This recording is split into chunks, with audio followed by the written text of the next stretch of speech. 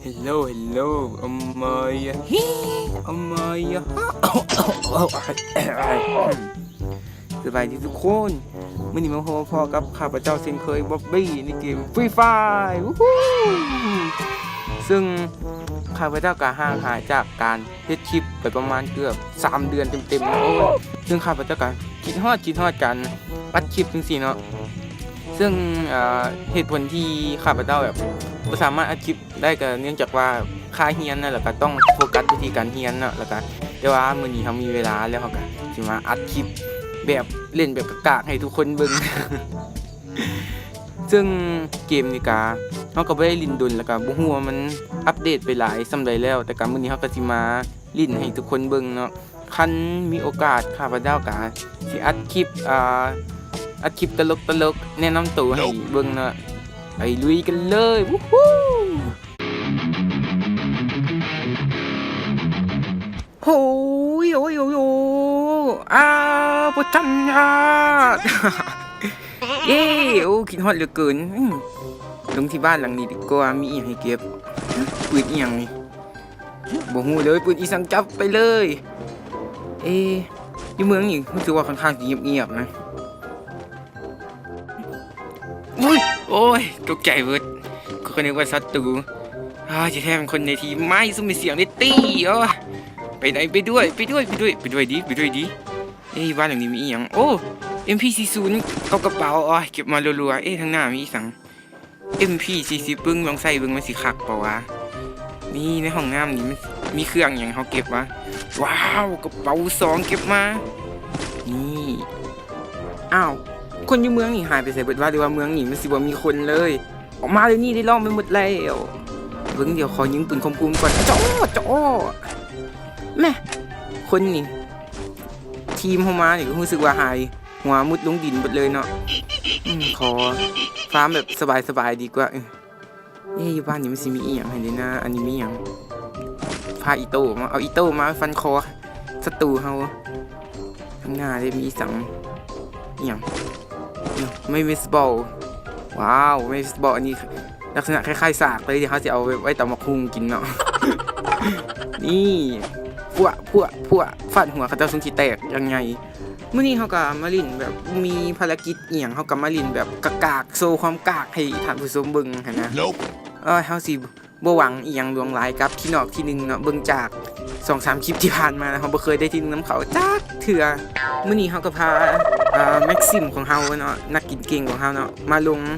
ในโหมดทีม C เนาะรู้สึกว่าทีมนี้มันสิเป็นทีมกากหรือว่าทีมเทพดีว่าเฮาก็บ่จักคือกันเพราะเฮายังบ่เจอคนจักเทื่อเนาะตอนนี้ของยังขาดยาก็ยังบ่มีเนาะขอเบิ่งก่อนนี่มีอีสังกระสุนแดงเก็บมารัวๆโอ้ยาก็บ่มีอีหยังเรียนเก็บมันลักเรียนกูไปที่รักมันตายจิ้วรู้สึกว่าบักหมายเลขอันนี้มัน4ฟาร์มของได้ไว้หลายเฮาจนสิบ่มีอีหยังสิแดกเบิ่งยาก็ยังบ่มีจักกล่องเฮือนหลังนี้ยังมีกระทะได้กระทะมากก็ดีกว่าทุกคนเพราะว่ากระทะมันแบบกันกระสุนสำหรับพวกตุยหลังเนาะบึ้งนั่นแหละโอ้หันได้ยารอดตายมียาแล้วกล่องนึงเฮ้ยยากล่องแรกที่เล่นเกมมาทุกคนรู้สึกว่าเครื่องในเมืองเมืองอีหยังนี่ลืมซื้อรับบ่ได้ลืมดนรู้สึกว่าเครื่องในเมืองนี่มันสิเริ่มเบิดแล้วเนาะแล้วก็ของกันหน่อยเฮ้ยพวกสมุนรีเมมเบอร์ทั้งหลายเฮาไปฟาร์มเครื่องอยู่ที่วงสีปะไปคอมมอน follow me คิดว่าอยู่โรงงานนี่มันน่าจะมีประมาณตีหนึ่งไปพวกเฮาไปบุกโรงงานเขาจะไปสมัครงานอยู่โรงงานเนาะมีคนเนี่ยมีคนตายจิ้วจุดเอาตายจุดจุดว้าวคิวเป็นของเฮาเสือทุกคนแม่ตัวนี้น่าจะเป็นบอทแบบทุกคนได้รอดไปแต่ว่าเฮากันได้คิวคือการรู้สึกว่าของนี่ขาดแคลนหลายขอบึงก่อนบักอันนี้มันยอดเครื่องเข้าไปว่าทุกคนเอากระเป๋า3ของเฮาไปแม่มันแบบไวขนาดเว้ยมึงขอเอาเครื่องออกก่อนนี่หยังออกไปดิไปเก็บมาเขาเปลี่ยนมาใส่ VNS ดีกว่ากระสุนแดงเท่าไหร่อยู่โรงงานนี่เบิดแล้วว่าคุณ โรงงานนี้รู้สึกว่าจะเป็นโรงงานที่ทุกขนาดจ้างรปภมาเฝ้าแต่คนเดียว แล้วเขาก็สอยไปละนี่ข้างหน้ามีหยังโอ้เกาะสองอีโอ้ยมีที่อัพเกาะน้ำยาอุ้ยกูได้อัพเลยแฮจูข้างหน้าดิอ๋อมีแมนซองทุกคนนี่อันนี้คาก็8อ๋อเปลี่ยนมาหลิงคาก็ดีกว่านี่ในที่สุดเขาก็กลายเป็นคนมีคาจุดได้แล้วพอเขาจับคาเนาะ รู้สึกว่าคาก็8นาทีเหมาะสำหรับการยิงไก่นะซึ่งเขากันวัฒนธรรมการยิงไก่เลยโอ้ของในโรงงานนี่มันเบิดที่เท่านี้วะเฮ้ยเฮ็ดอีหยังยักษ์คิดสั้นเสียวยักษ์คิดสั้นอย่าดีห้องปลาไห้ฟูเอาไข่ออกจากวันนั้นก้อนเดี๋ยวไข่ไหมโอ้ยคือว่าคิดสั้นจังซี่ฮะเอาเป่าให้ฟูแม่หมู่เฮานี่อยู่ดีบ่เป็นเนาะเอาเผาไฟตัวเองเนาะอันนี้ก็อากาศก็บ่ได้ร้อนนี่อันนี้ก็บ่แม่นหิมะก็บ่ได้ตกหรือว่ามันอาจจะเป็นไข้ยาก็บ่มีไปขอยาน้ำผู้อื่นเด้อขอเก็บกระสุนก่อนเฮ้ยทางถึงมีหมวกว่ะแม่เฮาลิ้นมาคนจนสิเบิดครึ่งเฮายังบ่มีหมวกใส่วันนี้ฝ่าเอ้ยยาเฮ้ยมันเศร้าฮ้อนแล้วบ่หรือว่ามันเป็นไข้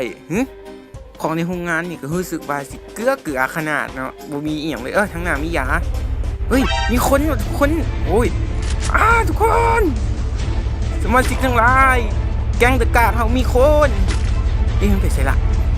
เฮ้ยตุกถ่าแล้วตุกอย่าฟ้าไปเดี๋ยวมันยิงดาบกูเฮ้ยถ่าได้โอ้ยเสียวมันยิงลอยหลังเข้ามาถ่าได้หาที่หลบกันมันไปใส่แล้ววะขอซองมึงมันก่อนหรือว่ามันอาจจะเป็นผี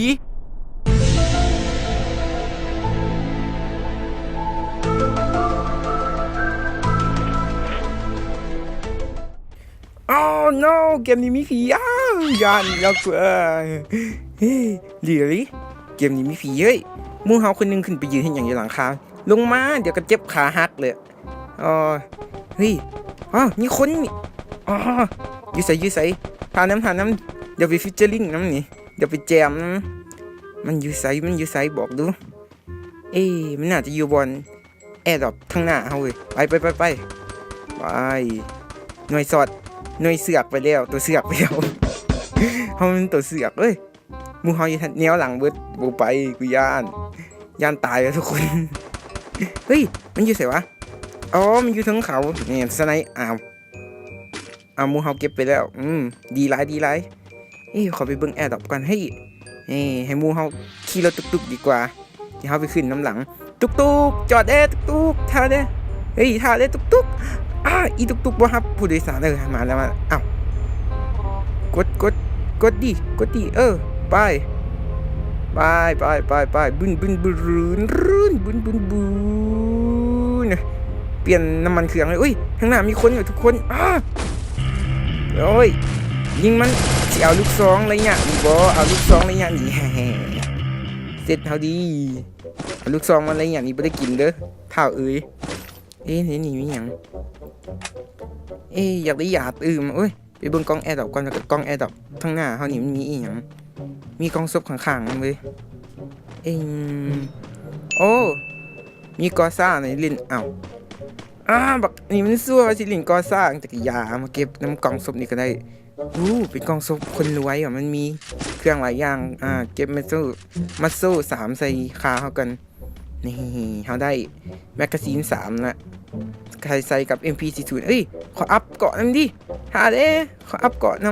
ำอัพแอนด์ดาวบ่หันไปแล้วอย่า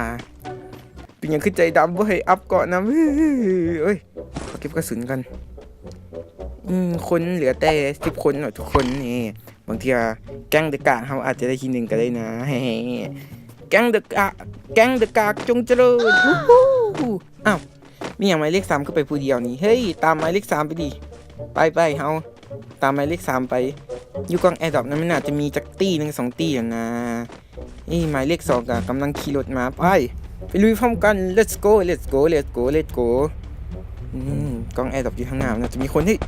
มีคนเสยไปไม่ได้มีคนอยู่ข้างหน้าช่วยกันด้วยอ๋อกำลังเฮ้ยมีคนเก็บเสียงอ๋อตัวนั้นเป็นวะได้อย่าเจอคา98อยู่หัวดิอุ้ยแววอย่าเอาไม่ยืดซื้อหัวดิวู้ฮู้นอกเดียวอุ้ยมัวหัวนอกโอ้ไม่ไอบอไปตั้งด่วนไอบออย่าข้างอ๋อก็ตายไปเลยนี่มีคนอยู่แอร์ดรอปนะแต่ขอส่องนี้เฮ้ยว่ามีคนนี่มันกระป๋อมตะเคียนนี่ตายไปนึงดีแฮ่โอ้ยตายไปแล้วมีคนยืดใส่เอ้านี่อย่างไรหัวมันปะขอส่องมึงนี่หัวขอดอกนึงฮ่าไม่มีตัวอีกคนอยู่นิ่งดิหัวเอาแววขอหัวอีตัวนี้มันตายถึก M79 ของมูเขาอ่ะเก็บยกตีเลยบ่น่าเชื่อเลยว่าทุกคนว่าแก๊งเดอะกากเฮาสิมาฮอดจุดนี้จนได้เขาได้เปรียบนี่แก๊งเดอะกากคันนี้ยังเหลืออีกแต่2ตัวนี่แฮ่บางทีอาจจะได้เป็นที่1ก็ได้นะแต่เฮายังบ่มีไอวอลูกเดียวเฮาก็ใส่ไปแล้วเขาเบิ่งน้ำซุปตัวนี้กันซุปตัวนี้ก็บ่มีเพราะว่าซุปที่กากและจนหลายแถวนี้ก็บ่มีซุปขอไปเบิ่งซุปทางหลังก่อนบางทีเฮาอาจจะมีไอวอนะตัวนี้เด้มีบ่บ่มีอีกแล้วซุปตัวไปเบิ่งซุปทางหน้าเฮากันนี่หวังว่าสิมีให้จักลูก2ลูกพอได้เป็นเกาะกำบังมีบ่มีไหมมีบ่อ้าวซุปนี้ก็บ่มีโหอะไรกันวะยูพีกนี่ก็สิมีบ่คนนี่ออกมามอบตัวซะเขามี4คนนะแต่มีแต่2ตัวเฮ้ยอมสโลลาบซะโดยดียูพีกนี่ก็เบิดคนแล้วอยู่ซุปทางหน้ามันสิมีไอวอป่ะวะบ่มีอีกละน่าเบื่ออีโดนก็มาบินวนเวียนอยู่หัวอยู่เดี๋ยวพวก2ตัวนั้นก็เห็นแล้วว่าเฮาอยู่ไสแต่กะยาเถาะเฮามี4คนเฮาบ่ยานยินแล้วฮ่าเฮ้ยเห็นดิโดนมันบอกพิกัดแล้วแห่มันอยู่บ้านทางลุมเฮาเองไปแก๊งเดอะกะเขาลุย let's go มันอยู่ไสวะเฮ้ยโอ้ไม่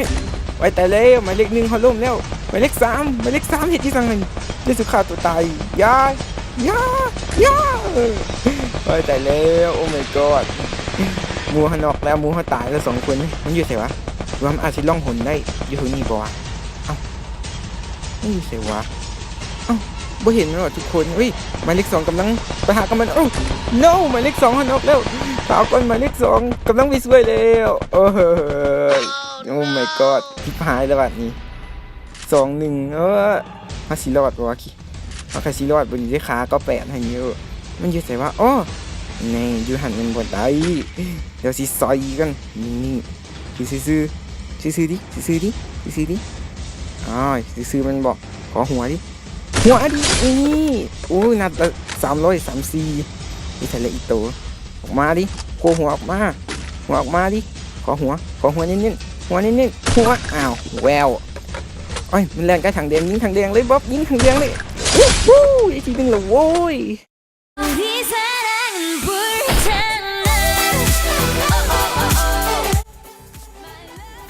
โอ้ย my god เมื่อกี้แบบรุ่นเหือแตกเลยทุกคนนะกระทบไปแล้วเนาะสำหรับคลิปเนาะอย่าลืมกดไลค์กด subscribe ให้ด้วยนะจ๊ะก็พลาดคลิปใหม่ๆสำหรับคลิปนี้ก็ขอตัวลาไปก่อนขอขอบใจ